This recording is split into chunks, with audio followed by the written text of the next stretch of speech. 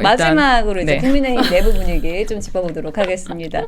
네, 너무 어제 어려워. 나왔죠. 국민의힘 윤리위가 김종현 전 최고에게 탈당 권고, 중징계에 해당하는 이 탈당 권고를 내렸는데요. 10일 이내 자진 탈당하지 않으면 최고위에서 제명할 수 있는 것이 바로 탈당 권고입니다. 이거 좀 어떻게 보셨어요? 우선 많은 분들께서 지금까지 이렇게 끌었던 거가 오히려 너희들 반성해라 이렇게 하시는 분들이 사실 당원분들 중에는 정말 많습니다. 그럼에도 불구하고 이제 뭐 개혁신당에서는 아마 그게 이준석 대표의 그 건도 있었잖아요. 예전에 우리 당 시절에. 그러니 그렇죠. 이런 이 징계를 좀 너무 과하게 하는 거 아니냐라고 또 한편에서는 그런 의견들도 물론 이제 원내 회의에서도 나온 것처럼 그런 분들도 일부 있으세요. 일부. 그래서 저는 말씀드리고 싶은 게 지금까지 그 친한계 원내와 원외 인사들의 그 발언들을 보면 우리는 솔직히 참을 만큼 참았다라는 생각이 좀 들어요. 왜냐하면 당 안에서 일어나는 일이잖아요.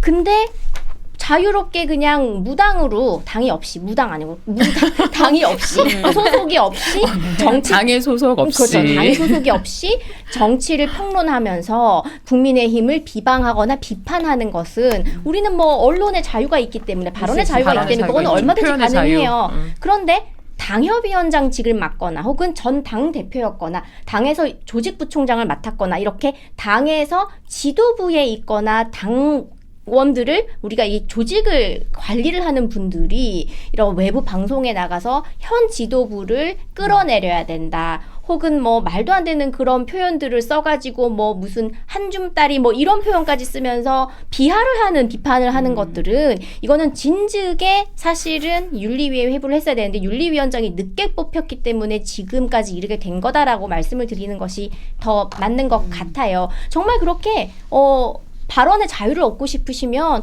그냥 탈당하고 본인이 그냥 탈당계 내면은 얼마나 이 프리덤 오브 스피치를 얼마나 누릴 수 있는데 그렇죠. 봉인 해제거든요. 근데 그거 안 하면서 왜 계속 우리를 욕을 하는지 모르겠어요. 제가 만약에 이 지도부에 마음에 안 든다? 그러면 절이 마음에 안 들면 중이 떠나면 되는 거거든요. 그래서 만약에 어떤 죄를 저질러서 이게 뭐 어떤 심판을 받는다. 뭐 재판을 받는다. 그럴 때는 우리가 이제 법관의 양심에 따라서 그렇게 처리를 하는 게 맞고 거기에 대해서 뭐 너무 뭐 예를 들어서 뭐 출국해라 너 이민 가라 이렇게 뭐 판결이 나왔다. 그럼 너무 하지 않냐 막 피켓 들 수 있어.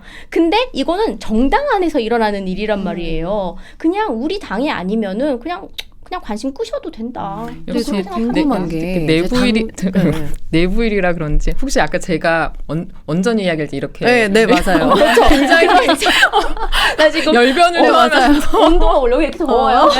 근데 한동훈 대표는 진짜 이게 진짜 보수다 그 앞에 진짜가 어딨어. 그 골목길에 사람들 우리 다 꽉 깍두기야, 운집했어요. 그러면? 그 자체 추산 10만 명이라 하시니까 지금 10만 진짜 명으로 간사구나. 10만 명이라고 통쳐서 그렇게 인정을 해드리고 10만 명이 운집했어요. 이게 진짜 보수다라고 메시지를 뒤에서 이렇게 날리시잖아요.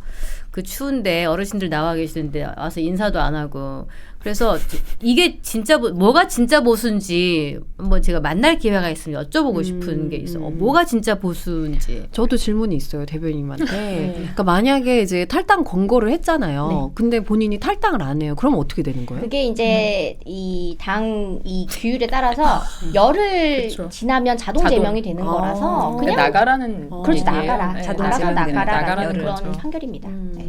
이게 외부에서 보면 내부의 권력 지형이 어디로 이동하는지를 이제 좀 명료하게 볼 수 있다라고도 볼 수 있을 것 같은데 그런 건 어떻게 생각하세요? 네, 저는 제가 정말 좋은 질문이에요. 아니 근데 되게 착하죠. 왜냐면은 이런 질문을 저한테 하는 걸 되게 미안해하면서 질문. 나 너무 괜찮은데 나 완전 웰컴인데 나 이제 입 터졌어요. 방송 끝나면 안 돼. 나 방언 터졌어. 제가 그 단식장에서 인간 바리케이트를 하고 있었잖아요. 8일 동안. 그래서 문지기를 했단 말이에요. 그럼 누가 오는지를 제가 즉석에서 다 보잖아요. 첫날은 보면은 그 이진숙 전 방통위원장님, 그다음 박민식 전 국가보훈부 장관님, 그러니까 뭔가 선이 이렇게 짙으신 보수색이 짙으신 분들이 먼저 오셨어요.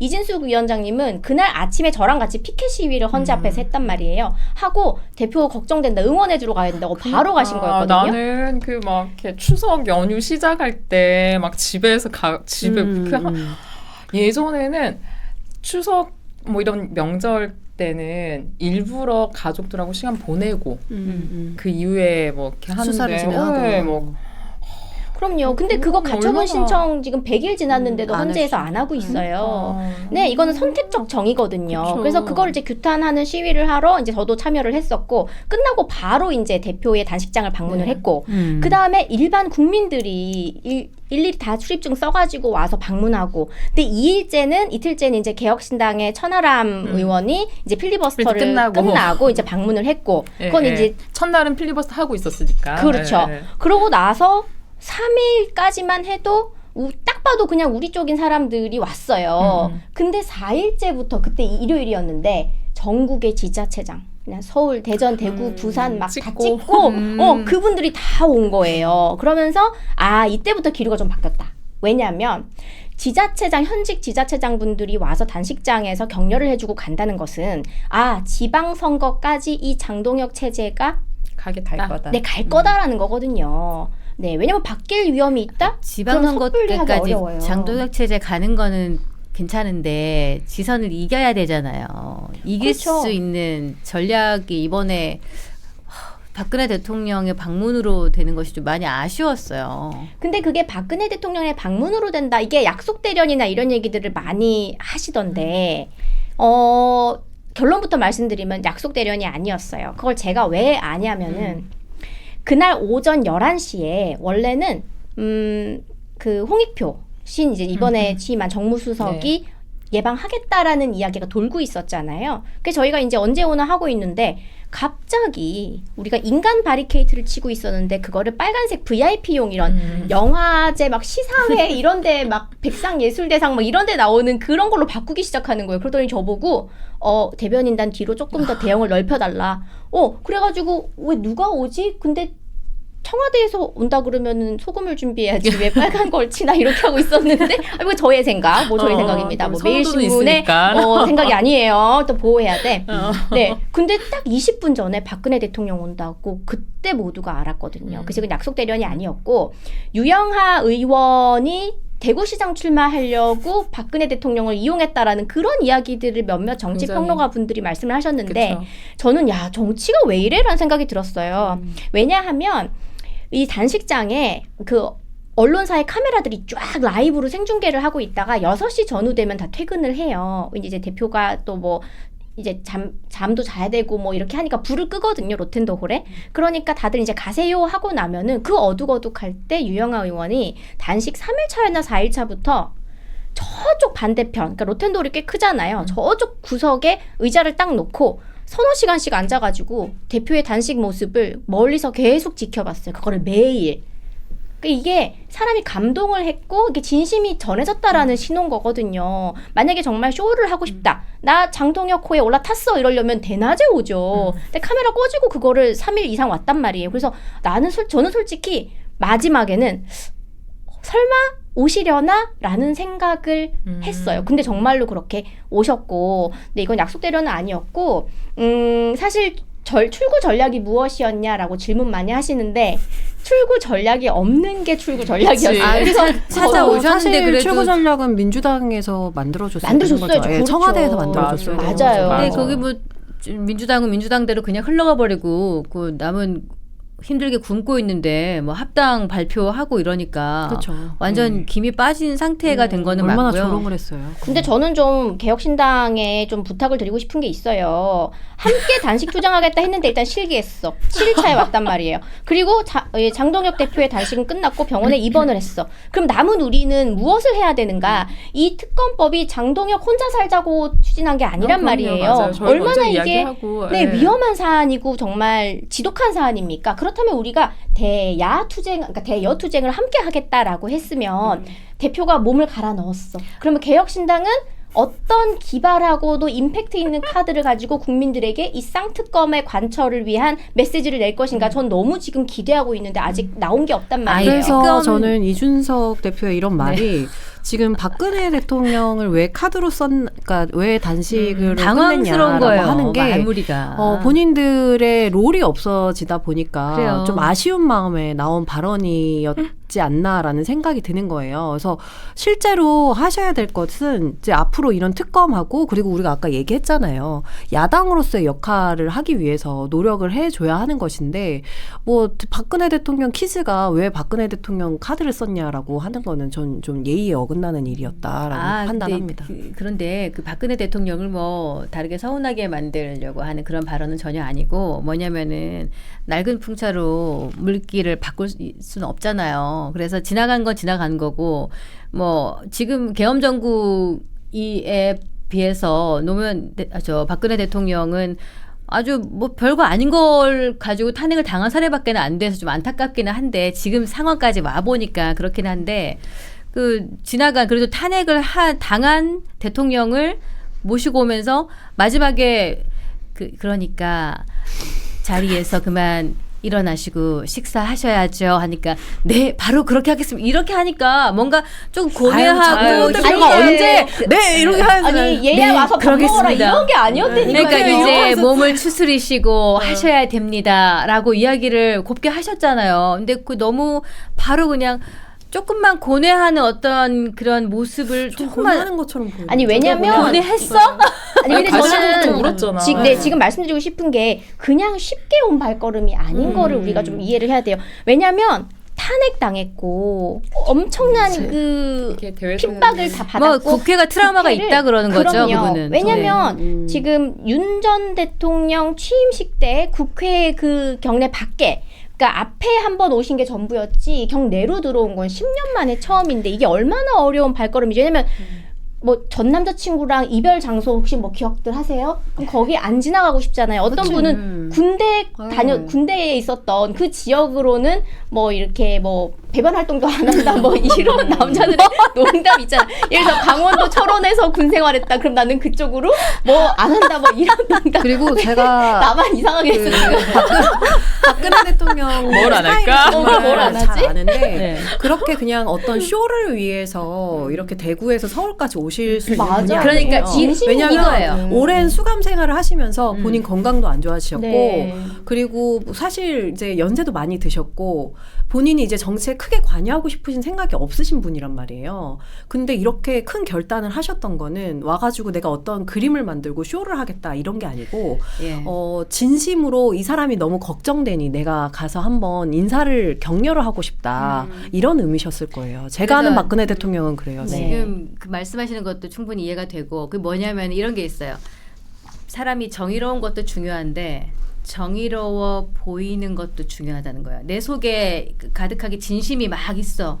잘하고 싶어. 너무 잘하는 사람이야. 근데 겉으로 보기에 국민이 그냥 사진만 한 컷만 딱 보고 아니면 기사 한 줄만 보고라도 아, 이 사람이 진정성 있네 라는 것을 충분히 금방 납득할 수 있어야 된다. 이 말씀을 전해드리면은 그 진심이 있었다고 저도 생각을 해요. 그런데 시점이 너무 좀 절묘하게 좀 그렇게 돼버렸다.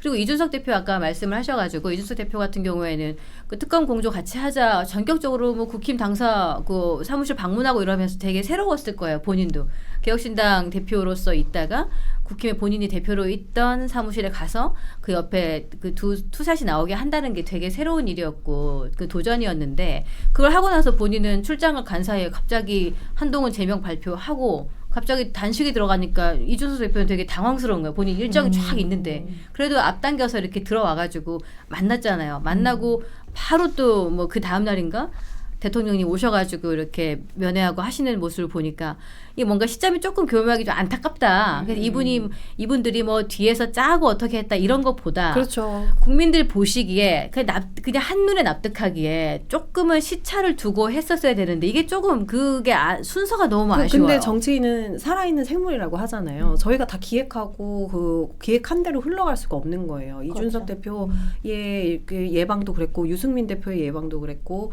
그래서 유승민 대표도 지금도 그러니까 그 예방을 함으로 인해서 본인이 뭐 지선 출마에 대한 이야기도 나오고 그러고 있잖아요. 그러니까 사실은 박근혜 대통령은 지금 이제 하실 게 없으신 분이에요. 더 이상.